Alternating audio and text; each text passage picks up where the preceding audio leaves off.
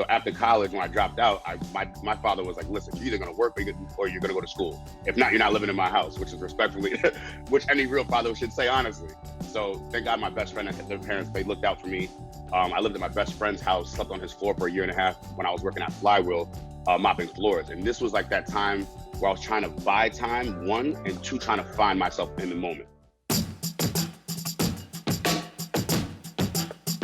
All right, ladies and gentlemen, this is K. Wright, your Chief Master Sergeant in the Air Force, and I'm here with another episode of our web series, The New Normal, designed to help you find your new normal as we work through COVID-19 and this pandemic.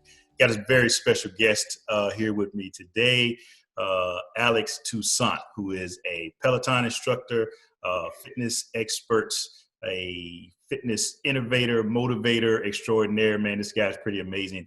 I did a ride with him this morning. And so, Alex T., welcome to the show. Thank you for having me, sir. I appreciate you being a part of the Peloton community and giving me this platform to speak on. So once again, thank you, and I appreciate you. Yeah, absolutely, man. So again, this series is called A New Normal. Hey, tell us about how this has affected you both personally and professionally.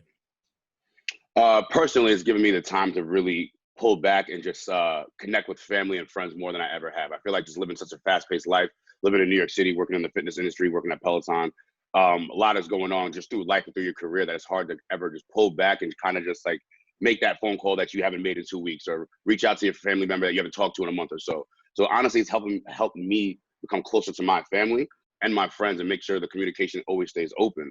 And on a professional side, it just helped me grow and evolve. Honestly, I've taken this time really just cooped up in the house. Like, how can I take these 24 hours and apply the discipline and the structure every single day without stepping out of my house? And it's helped me sharpen my tools in my game and my format of what I do at Peloton. So in a weird way, I'm kind of blessed. I'm trying to find the beauty in the struggle in a sense. So I always try to find the positive light in it. So still blessed, still thankful, and still trying to keep it pushing, trying to evolve every single day we have an opportunity to. Yeah. So how has it been? The ride that I did with you this morning, man, was you did it probably from the bike that's right behind you, right behind you. So how different has it been? Because you got this magnetic personality, man. You're such a motivator. I think the first couple of times I rode with you, it was in the studio. You were joning people a little bit. You were challenging people.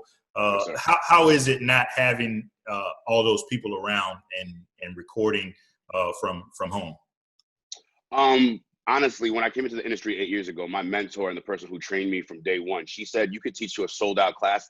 If you could teach to 50 people in a room, you could teach to a sold out class when it's sold out with no problem. Can you teach to an empty room like a sold out? So I've always had to put that into my mental thought process of, if it's one person, if it's 50, if it's 2,000, I'm coming with the same energy, no matter what the case may be. That person's there to see Alex Toussaint, there to get the motivation, the discipline from me. Regardless if it's 1 to 20,000, I'm coming with the same energy. And to be very honest with you, teaching from my house is low-key a bit of a comfort for me, off the simple fact of this is where all the practice happens. This is where all the failures happen. This is where all the nitty-gritty stuff of me trying different intervals, different song selections. So being able to teach and practice in the same environment is kind of easy, honestly, in a weird way. Now you have some ties to the military as well. I think your father was in the Navy. You got some family that's in the Air Force, and you went to, if I'm not mistaken, a military academy growing up. Tell us about that experience and how it might have shaped the man that you are today. Honestly, I hats off to my military school. To pull back on the story, I was the kid growing up. Mother, PhD, doctorate. Father was in the Navy. Brother went to Brown University. So like, the education and the discipline ran through the family. And when it came time for me growing up, I kind of took that for granted. I didn't understand what I had in front of me. My parents gave me everything in the world, tutors, education, sports. But I was a kid that took that stuff for granted and never applied it. So my dad being in the military, he was like, you know what, you don't want to listen here. I'll find a place for you to listen and get that discipline, understand that structure, to put you in the mindset that you need to be in so you can succeed in your life. He wanted to make sure that I wasn't a statistic and make sure that I could make something of myself. And this is sixth grade, I believe, seventh grade. I was sent to Wentworth Military Academy in Missouri. And going from living in New York to Missouri, it's a whole different lifestyle quick. So for the first year just over there, man, it was a life shock for me. I not talking to family, not talking to friends. It was a rough first year. I'm not gonna lie. I didn't really understand what I was getting myself into until I got there. So the first year at military school was pretty rough for me. I really didn't get along with anybody. My drill sergeants were up my ass every single day, smoking me PT. It was the worst year. But once I bought into the system and understood what it meant to be a part of the military family, the Army family, and have that structure, have officers and people that I could ask information from, other people who look like me, who are in higher places in life, that been where I was before. They walked the path that I walked before. So to have those resources and tools and information to access at a young age was so helpful. And I translated it onto what I'm doing right now in my career at Peloton. And being like my father was in the Navy, my uncle served in the Air Force. He was on Air Force One, actually, as a retired master sergeant, a hydraulic engineer. He passed away. Yeah, he passed away 3 years ago. He's currently buried at Arlington with full honors. So God bless him. Okay. But yeah, so the military just runs in the family, man. I think that the military school saved my life. I could truly say that now. Looking back 7 years ago, I would have said something completely different. But where we are today in 2020, military school saved my life 100%. Yeah, I tell you what, man, you have probably more of an impact on military folks than you know, because so many of our service members, man, they follow you and are motivated and inspired by you. As a matter of fact, so in full transparency, man, I used to really only ride with Robin and Ali Love and a few other folks until two of my teammates in my office. I mean, they were just raving about Alex Toussaint. You got to ride with him. I appreciate that. And I said, okay, let me check him out. And I tell you what, it's had a huge impact on me as well, man. So thanks for that. I appreciate it. Thank you. You mentioned in some of your interviews having a little bit of a struggle with mental health, which is something that I think after college, which is something that's relatively common. And to be honest, in the military, tell us a little bit about that, man, and how did you overcome, whatever you were going through? For me, I think I put myself in that dark space. Like I said, my parents provided everything they possibly. I had the best parents in the world.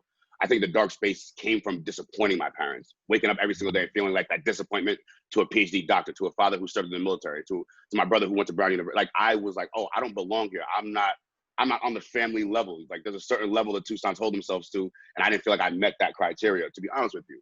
So after college, when I dropped out, my father was like, listen, you're either gonna work or you're gonna go to school. If not, you're not living in my house, which is respectfully, which any real father should say, honestly. So thank God my best friend and their parents, they looked out for me. I lived at my best friend's house, slept on his floor for a year and a half when I was working at Flywheel, mopping floors. And this was like that time where I was trying to buy time, one, and two, trying to find myself in the moment. Like dropping out of school, getting your car stolen, then getting into your father and getting kicked out the house.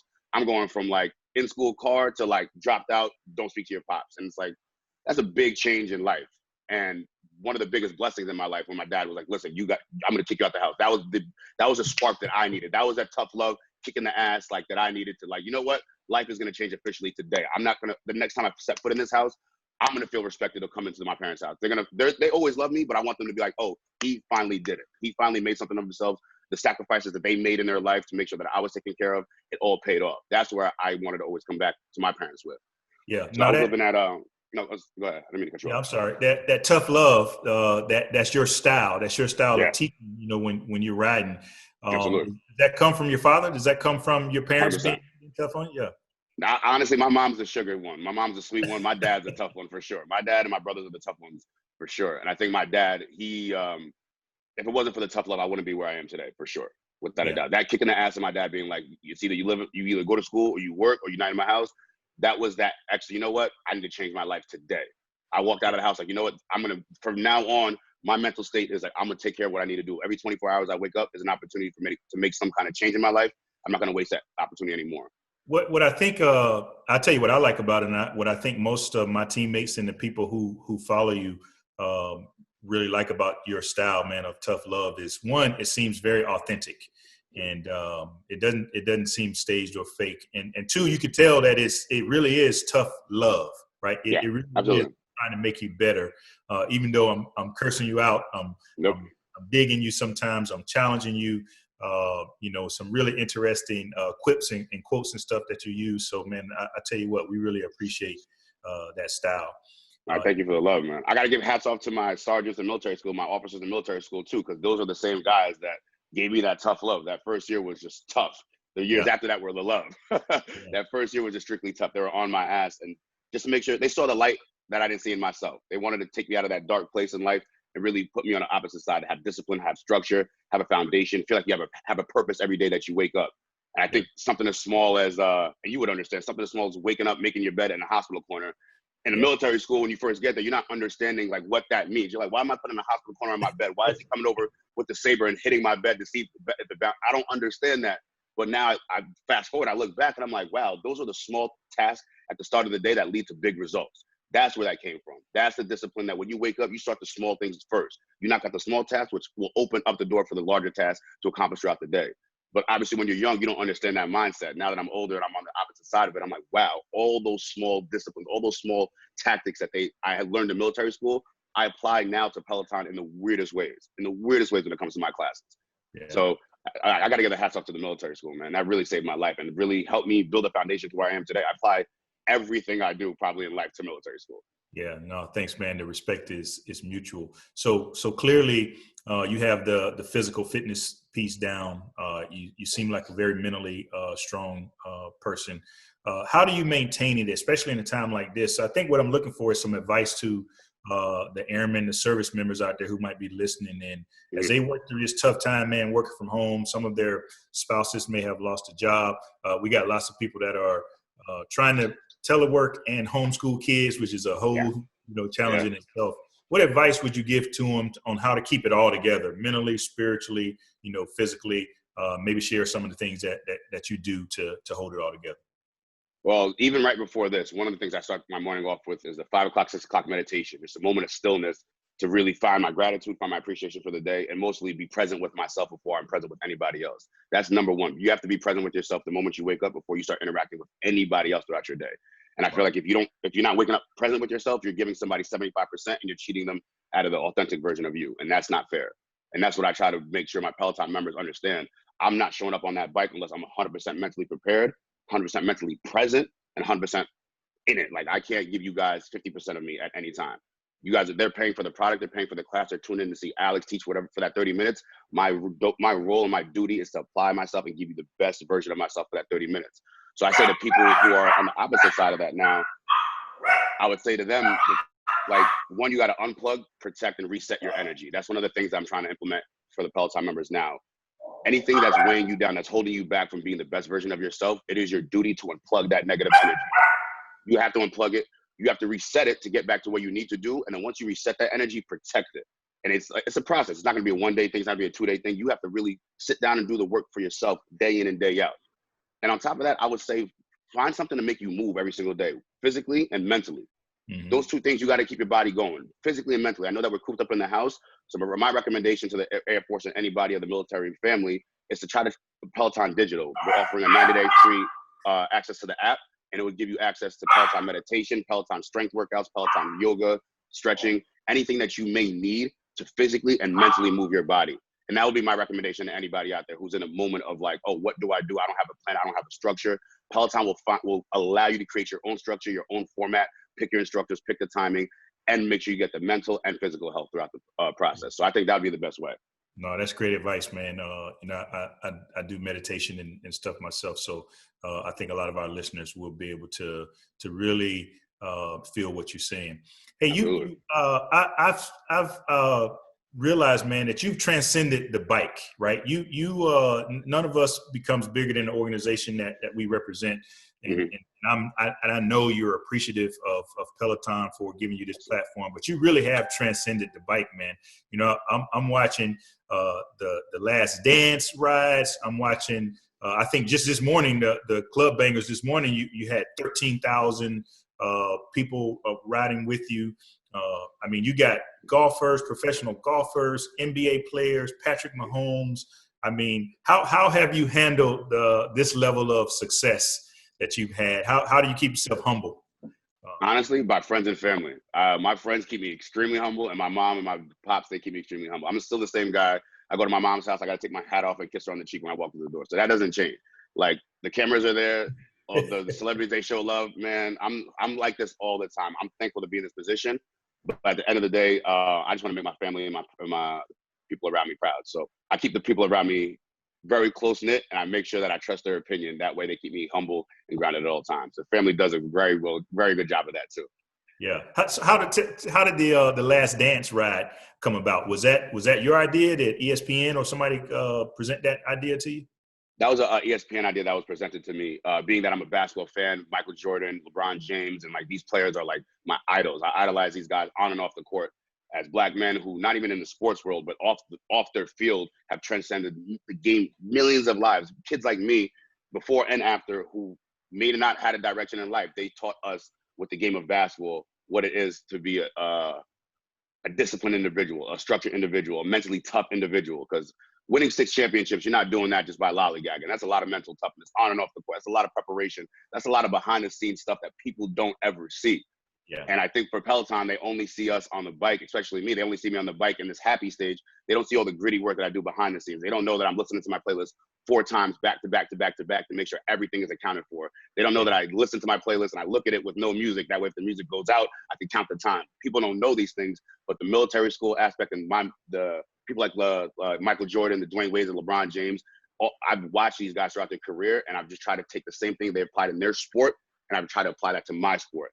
And I use that plus the military aspect, and I've kind of created this lane of like the sports world and my military world coming together. And I think that's where you see the pro athletes showing love. And I think that's where people like yourself and the military community understand it, because I'm giving the military lingo, but the tough love aspect from the pro sports angle too. I try to merge the two worlds together, and that's what I think the people are starting to understand a little bit. And I'm thankful for that. Yeah, it's doing good, man. And I man. saw that you went from about, in a couple of years' time, maybe shorter than that, from about 19,000 followers on Instagram to, what are you up to, 120,000, something like that? I think it's like 180 right now. It's jumping up. Yeah, it's right? jumping up. So I think a lot of people, man, appreciate what you bring to the table. So thank you, sir. I appreciate that. How often you get to hoop, man? I used to play a little ball myself. Honestly, so hooping is like a therapy for me also. I'm in the gym, honestly, 5 times a week if the gym was open. But with the coronavirus situation, it's closed down. But I'm in the gym 5 times a week. As much as I'm lifting, I'm playing basketball. Okay. I try to use the basketball aspect as another form of cardio, just because I'm on the bike all the time. It's a form of therapy and a form of cardio for me. So basketball is like my go-to if it's not the Peloton bike. Yeah. Maybe we get together and hoop sometime, man, if I come. Oh, of course, without a doubt. The jump shot's still intact though, right? It's still intact, brother. Just making sure. Hey, man, so what's next for you? Like I said, you've reached a level of success that has kind of transcended, the bike and Peloton. And like I said, I know you're forever grateful. But, what does the future hold for Alex T? Right now, man, I actually just had like a breakthrough moment a couple of weeks ago, just trying to figure out what would possibly be next. And I know I want to go back to the communities, that the people that look like me, walk like me, talk like me, who have less opportunity than I do. Mm-hmm. I could shed some light to them. I could give them information. I could give them the resources that I had growing up that they may not have in their environment. So I think it's my duty right now. Damian Lillard has this one quote: "Those who can must." I'm in a position where I can provide individuals who look like me information and resources and tools to help them better themselves, potentially save their lives. I think at this point that I must. Actually, not I think, I know I must at this point now. So the next chapter in my life is really hitting the community, hitting the streets, and really giving back to my people, because that now that I'm in this position, I must. So that's my next chapter in life. Yeah, no, that's great, man. Well, that was all the questions I had for you, my friend. And you have any final parting thoughts for your Peloton and your Air Force audience? Keep doing what you guys do. I appreciate everybody out there, part of the U.S. Air Force family, but it's most importantly the entire military family out there. Thank you guys for your service. Thank your families for the sacrifice. Thank you for protecting our country, and God bless you and your families. Thank you all. Yeah. No, thanks. Thank you, Alex T, man. We appreciate you. We continue to be inspired by you, man, and we wish you the best of luck. Ladies and gentlemen, this has been a new normal, and our guest today was the Alex Toussaint. So thanks again, brother. We'll see you next time. Thank you for having me, sir. Much love. All right.